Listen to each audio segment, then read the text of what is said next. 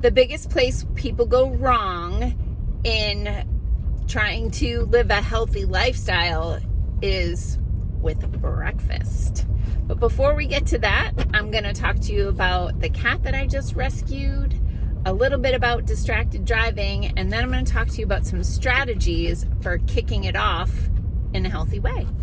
Hey, I'm Dr. Patty Barch. I'm a traditional naturopath, founder and owner of Naturally Unbridled Wellness and naturallyunbridled.com, where we focus on wellness solutions, not disease management. This is Down the Ridge with Dr. Patty. This is not medical advice. It's for entertainment purposes only. Nothing I say is true. Don't listen to me.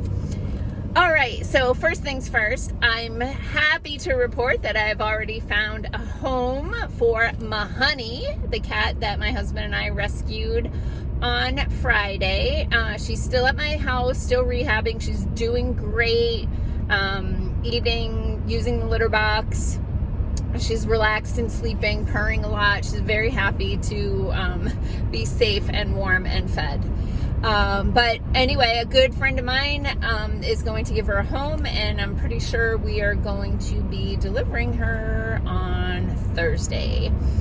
Okay, so that's good news. Second, okay, sometimes I get some, I'll call it feedback about doing a video while I'm driving.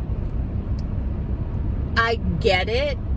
There's a lot of problems with people on cell phones, like while they're driving. People die from it. I get it. Most of the time, those people are not hands-free. Most of the time, those people are either putting information in or getting information from their telephone, their phone, whatever.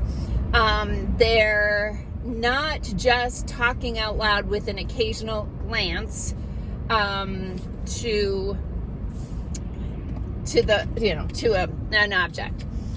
So they're like, I probably take longer to adjust the temperature in my car or do the things than I am looking at my phone. If I had a passenger in my car, I would be more inclined to be looking at them, talking to them, and listening to them. And sometimes people just inadvertently look at somebody who's talking, especially when they say something that's interesting or intriguing or compelling. They might look over at them like, whoa. Or if you have kids in the car, screaming kid, fighting kid that's got to go to the bathroom, kid that needs a snack, I'm not touching you, I'm not touching you, I'm not touching you, right? That is way more distracting than an occasional glance at an object. Also, most days I don't even see another car. I'm talking and looking at the phone when I am in my driveway, a couple of glances as I'm going down the ridge, and then I get to the bottom of the ridge and I pull into the post office and I finish the video there. I take the phone down before I get on the highway, go to my office. So I appreciate people's concern about distracted driving, but I literally, you'll see me in the video oh, squirrel, oh, hawk, oh, look, deer. I am paying attention. So thank you for your concern. All right. I wanted to talk about breakfast because if you start your day off with a crappy breakfast, you are setting yourself up for a rough day. And I'm not just saying from a vitamin point of view, but I'm saying from an energy level, ability to focus, and inflammation level. So we have been trained in this country that breakfast equals beige carbohydrates. Breakfast equals pancakes, French toast, cereal, bagels, right? And that is the worst thing you can do for breakfast because you've already got hormones that activate in the morning just before rising. You'll get a spike in cortisol. Cortisol impacts your blood sugar. And then what do? We eat high glycemic, meaning spikes your blood sugar food. When your blood sugar goes up quickly, your pancreas freaks out and is too much sugar, insulin, insulin, insulin, insulin. And so very often the pancreas secretes too much insulin, and insulin is a hormone that's job is to take the glucose, the sugar, out of the circulation and pull it into cells. And so what happens is you get this spike in insulin, and then you put out too much because your blood sugar went up so fast and furious that your pancreas over expelled or the insulin, and then you get too much sugar pulled out of the bloodstream and pulled into the cells, and that's a blood sugar crash. When your blood sugar crashes, there's a red alert that happens in your body. Your brain needs the calories, needs energy to function. And when your blood sugar crashes, because you've had a spike and too much insulin and pulls it all out, and that crash happens, your red alert, whoop, whoop, whoop, whoop, all happens. What happens?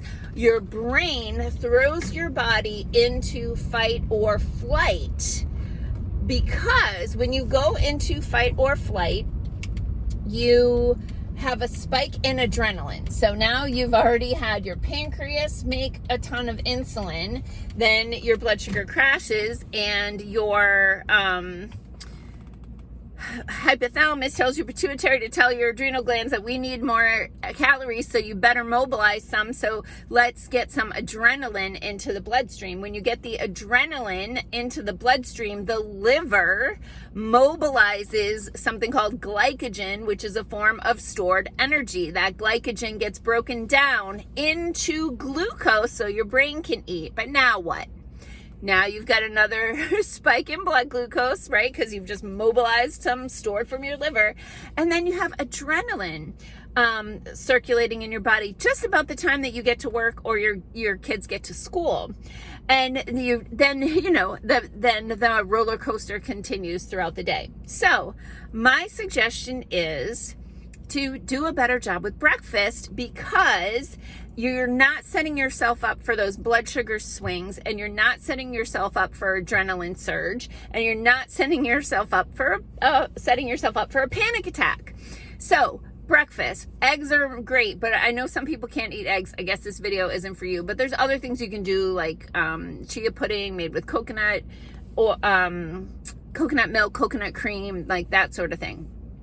You can just go to YouTube and type in chia pudding recipes or keto chia pudding recipes or whatever. One of the things that I'll do is, and I haven't been doing much of this lately because I've been so busy with the garden on the weekends and trying to get the food put up, but I'm harvesting my garden on Saturday, gonna get everything stored away, and then do my meal prep on Sunday, and then moving forward, I should be able to get more meal prep done again. But what I like to do is make an egg bake or an egg dish, or even egg sandwiches.